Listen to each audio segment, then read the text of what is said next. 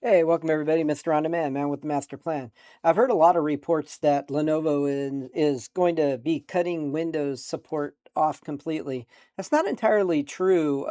They're not going to be selling all their machines with straight Linux on them. There's going to be options for you.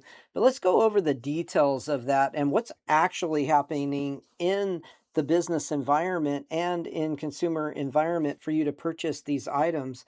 What we're looking at today is a matter of Lenovo right here. If you go and look at these availabilities from Walmart, Staples, and Best Buy and Lenovo, you're going to see that these machines are indeed coming. Decline offer. These machines are indeed coming with Windows 11, and you can get it with the Windows 11 Pro, Windows 11 Home. They are not getting rid of the Windows operating system. Whether or not that's a good thing or bad thing, that's up for debate. Everybody can talk amongst themselves in the comment section below about that. But I kind of wanted to go over the truth of what's going on and what's happening. Really the issue stems from the high cost of everything in the marketplace right now. Lenovo embraces Linux, offering cheaper laptops by cutting the Windows tax. So every computer that has Windows on it is costing you a little bit more because of the cost of Windows that it takes to get Windows on that machine. Now, being a person who's owned a computer business for 30 years and has been an OEM partner with Microsoft, I can tell you that really the cost is only probably in the neighborhood of $30 to $50 a PC, maybe. A lot cheaper usually for big companies like Lenovo and HP and etc. That being said, every little bit does count because the cost of RAM and hard drives and everything has been going up like absolute craziness. So this is why that we're hearing about this. It really what it is it's just an extension offering that they're offering to people to be able to buy machines a little cheaper and get Linux on them.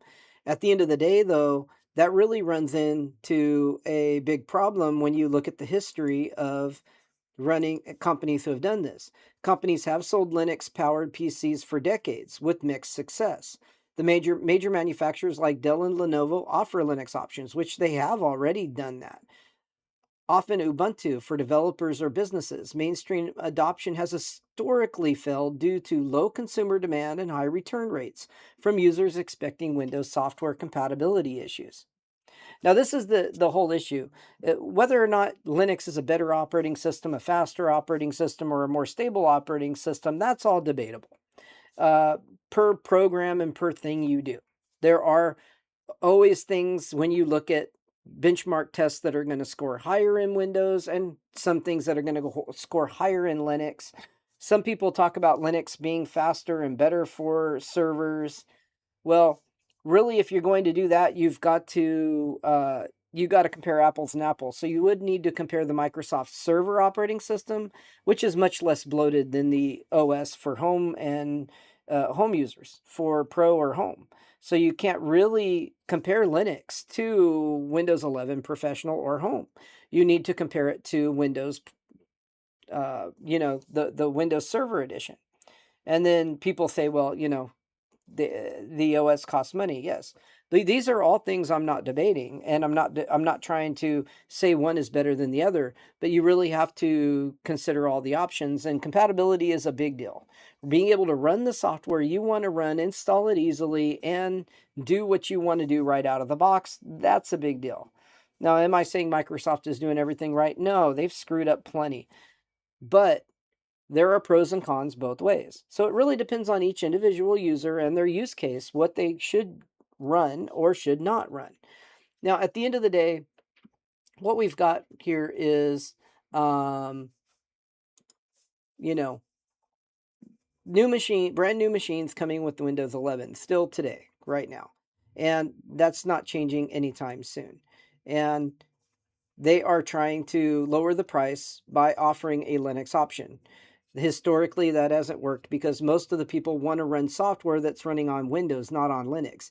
They don't want to transition to Linux workarounds or options that can do the same thing. They have to learn a new program in order to do that.